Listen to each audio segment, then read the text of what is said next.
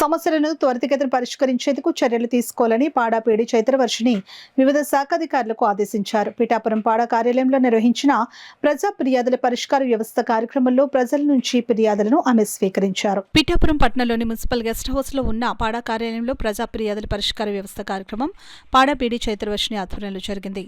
పిఠాపురం నియోజకవర్గంలోని పలు ప్రాంతాల నుంచి వచ్చిన సమస్యలపై ఫిర్యాదులు ఇచ్చారు. ఇందులో భాగంగా దుర్గాడకు చెందిన కార్మికుడు కడారి కృష్ణ తనకు సెంటు భూమి కూడా లేకపోయినా తనకు 38 ఎకరాల భూమి ఉన్నట్లు ఆన్లైన్లో చూపిస్తూ ఉండడంతో ప్రభుత్వ పథకాలేవి అందట్లేదని పీడీ ముందు వాపోయాడు. కొన్నాళ్లుగా అధికారుల చుట్టూ కాళ్లరిగేలా తిరుగుతున్నా ఫలితం లేదని తనకు న్యాయం చేయాలని వేడుకున్నాడు. అలాగే పట్టణంలో కుక్కల బెడద నుంచి ప్రజల్ని కాపాడే చర్యలు తీసుకోవాలని మన ఊరు మన బాధ్యత అధ్యక్ష కార్యదర్శులు కొండేపూడి శంకరరావు, అల్లవరపు నగేష్ ఫిర్యాదు చేశారు. అదేవిధంగా పలువురు తమ సమస్యల పరిష్కారం కోరుతూ ఫిర్యాదులు సమర్పించారు.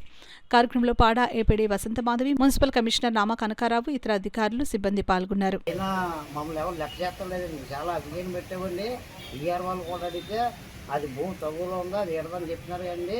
మీకు డబ్బులు వచ్చేలా చేసాం కదా, భూ అని అలా మాట్లాడుతున్నారంటే అని అడుగుతున్నారండి మమ్మల్ని. మా ఊరోళ్ళు గట్టన చేపూరులో కూడా వెళ్తేనండి అలా చెప్తున్నారండి. కానీ దానికి ఏ సమాధానం, అది భూమి అంటే లాయర్ల ద్వారా బ్యాంకులో పెట్టించుకున్నారంటే కోర్టులో 300 నాకేం పనాలు తెలియదు. ఎన్నిసార్లు అప్లికేషన్ ఉన్నా ఎవరు కూడా పట్టించుకుంటలేదండి.